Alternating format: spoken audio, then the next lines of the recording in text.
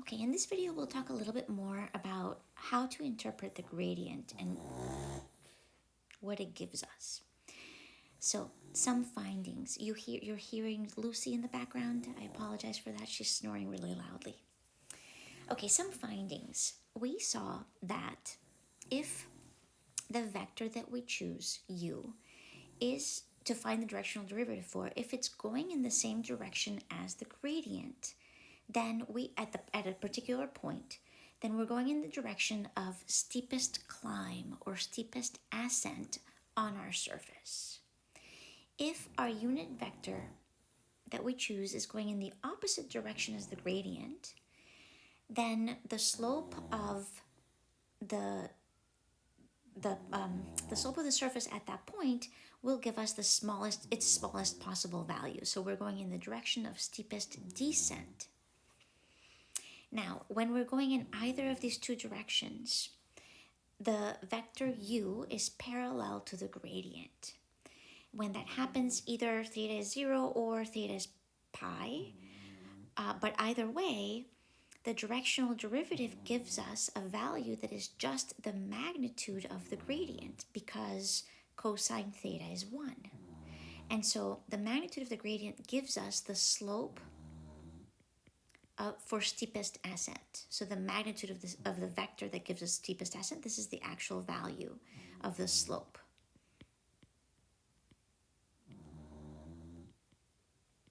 So the magnitude of the vector for steepest descent will be the opposite of that. Okay, lastly, this is what's a little bit new here, which I arrived to a little bit at the end of the last video, so you may want to go back and take a look.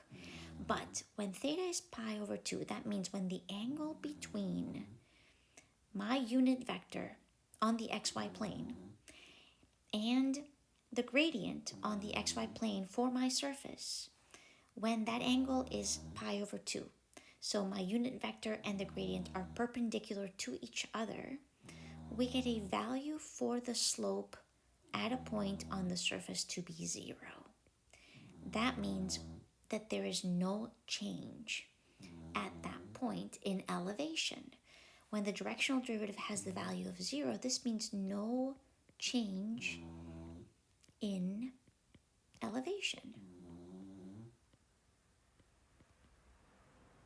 So this then implies that our function f of xy, right, when theta is pi over 2, is just a level curve, k, because a level curve is a curve where there is all the points on the level curve are at the same exact elevation, right? So there's no change in elevation along a level curve. All right, so let's look at the projections of these level curves onto the xy plane.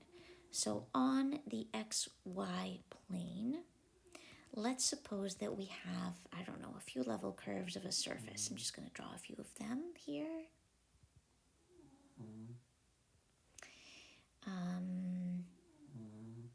Let's say, I don't know, maybe like that.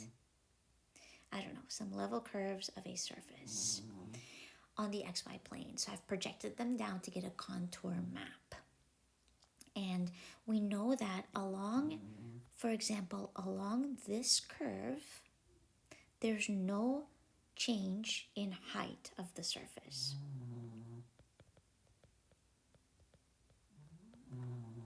So f does not change. There's no change in elevation.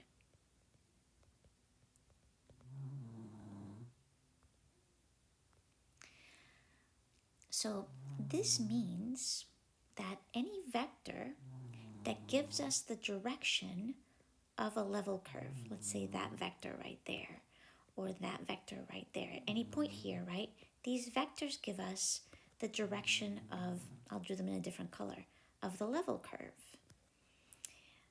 You can see them in green now, right? Level curves are vector functions themselves, and any vector in the direction of the level curve must be then perpendicular to the gradient. So if I try to draw the gradient, I'm going to draw the gradients in red. At this particular point, my gradient has to be perpendicular to that green vector that gives me the direction of the level curve. If at this vector, when I have a little blue directional vector, my gradient's going to look like this, perpendicular to the direction vectors of the level curve. So the little red vectors that I'm drawing are little gradients. Gradient's going to be perpendicular here.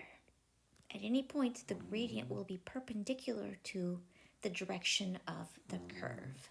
So any vector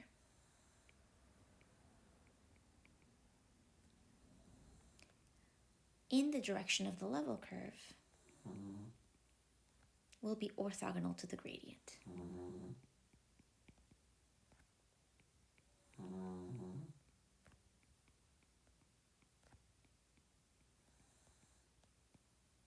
Because they're making a 90-degree angle with a gradient. Orthogonal. And the directional derivative between those vectors, the directional derivative must be 0 if we're making a 90-degree angle with the gradient. That's what we have up here.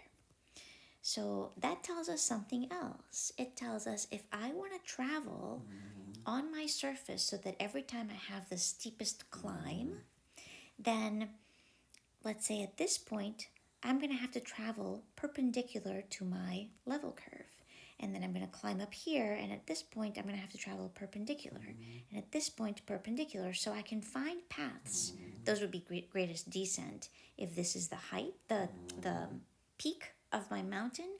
And in green, I'm going to do greatest ascent, right? So if I start here, and I want to go climb in the fastest way, I'm going to go perpendicular to my level curve here, perpendicular to my level curve here, perpendicular to my level curve, so that I climb in the fastest rate up my mountain.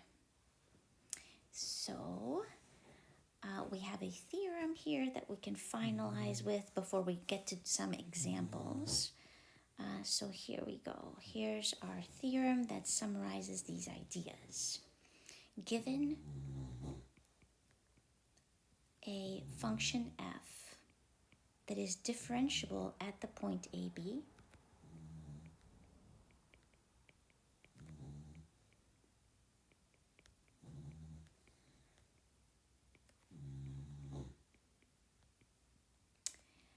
the line tangent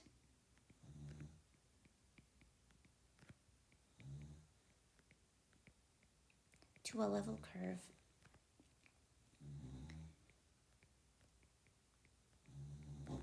of f at that point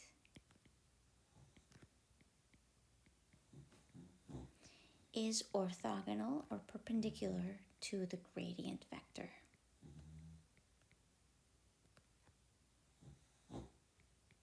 Provided the gradient's not 0.